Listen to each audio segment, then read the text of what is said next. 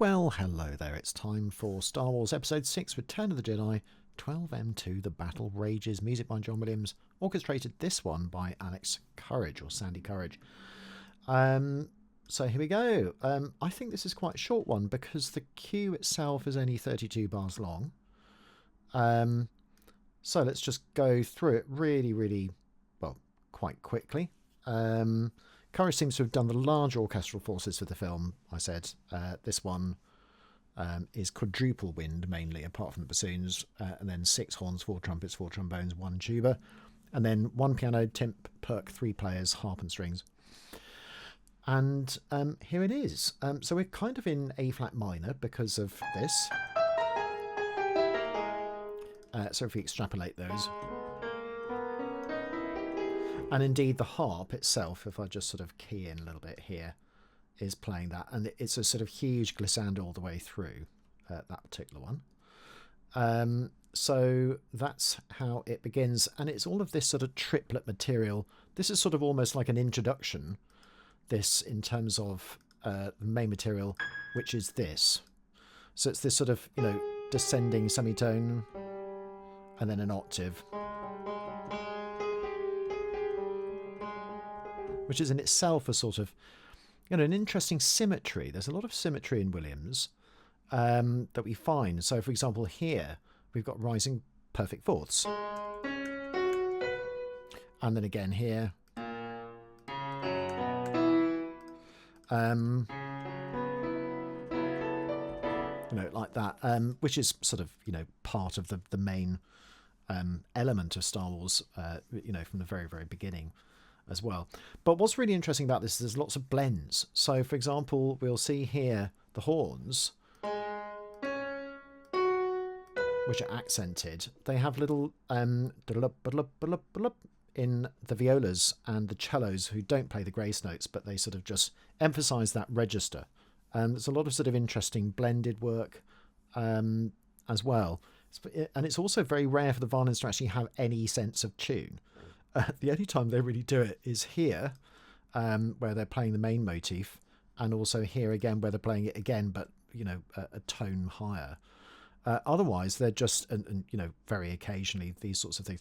Otherwise, it's all sort of interjection and kind of atmosphere. There's a huge amount of trem strings in Williams. So, for example, we've got that sort of A-flat pedal that goes all the way through, rising fourths, then another bit of filigree at the top here. There we go, nice A-flat minor scale. Quite hard to do on the violin, actually. I don't know what it's like on the wind, but there we go. A-flat minor, it sounds like a sort of grade 8 type scale to do, or diploma level scale.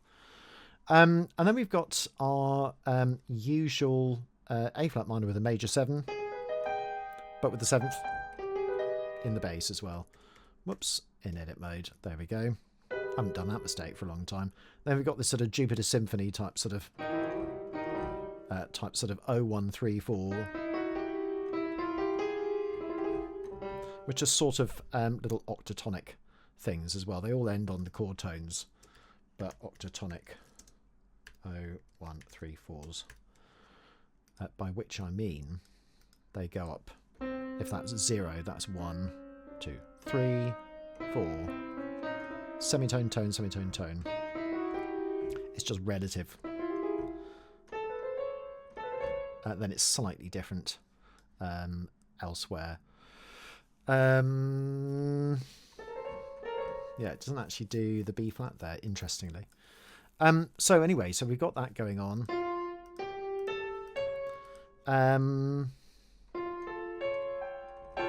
So yeah, so we've got a sort of F org, let's call it F org, add 9, whoops, hello, that sort of thing.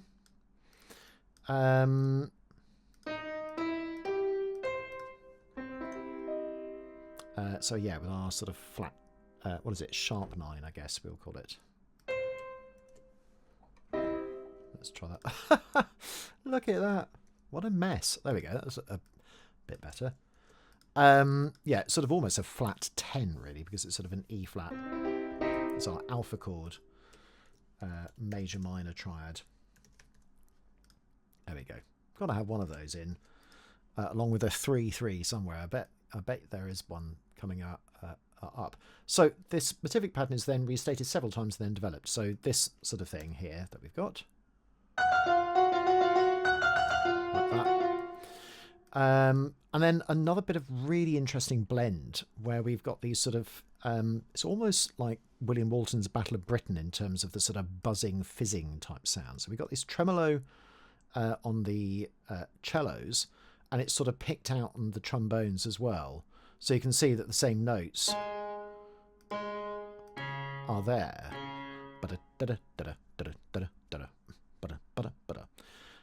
So interesting, and then the bulk of the harmony is actually played by the bassoons, interestingly, at this point, although of course that's just picking out the same chords as that, and in fact almost identical, in fact it is identical notes at the same register as well. So that's interesting. And then suddenly we're from a sort of A flat minor basis, it then sort of changes via these first inversion type chords, which he uses a lot, by the way, in this particular cue, into E minor. We've got E minor in the horns at this point.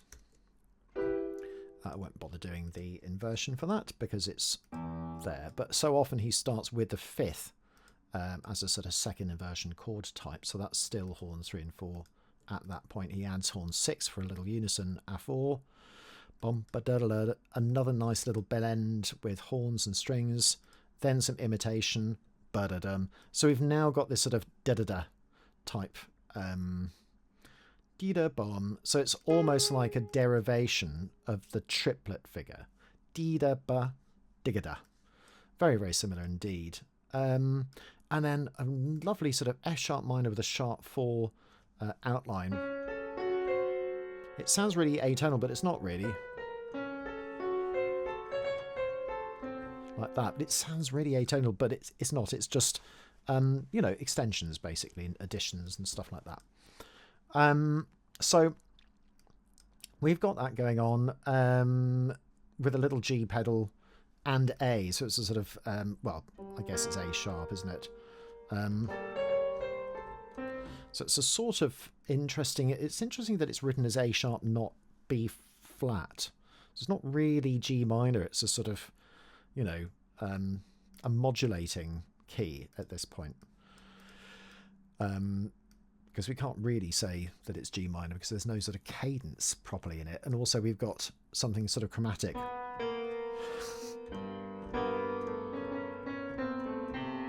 But then it ends on a C as well. Anyway, we're then onto a sort of A pedal. And it sort of becomes, you know, via the tritone to E flat minor. But at this point, we've then got other stuff like that above the E flat pedal as well. So a sort of a little bitonal type thing, almost. And that carries on, and then we're going back to the main motif at this point with the same sort of da-da-dum, but just sort of a little percussiveness just on that first beat. And then again, dum, like that with the trombones as well, just doing exactly what they were doing before. And again, the bassoons and the contra do the same harmony as well. So in a sense, it's identical. It's just up a tone, really. But using first inversions, so here, B flat with an augmented, and then more first inversions, little Ewok sort of.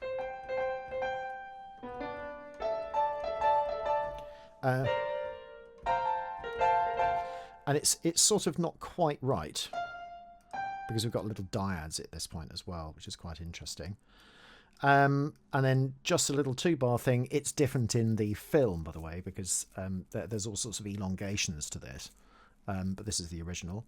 And then a really amazing bit of orchestration at the end where we've got this octatonic melody. And then it just changes. But then ends on a C sharp, so it's really quite chromatic at that point.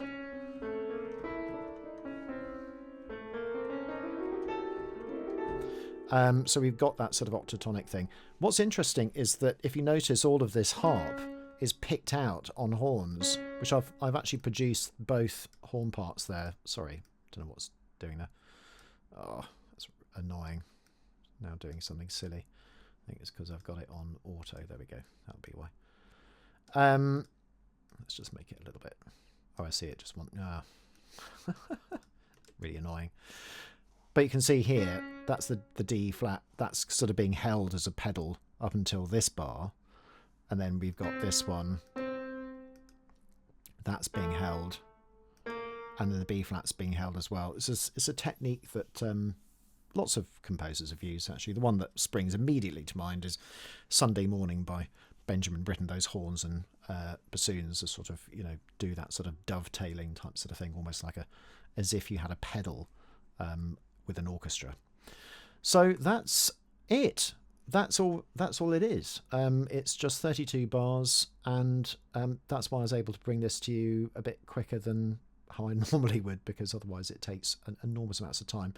But although, you know, a big orchestra, actually it's a nice little titchy little cue, which is fun, and obviously goes really well with the picture as well. So that's it for now, and I'll see you next time.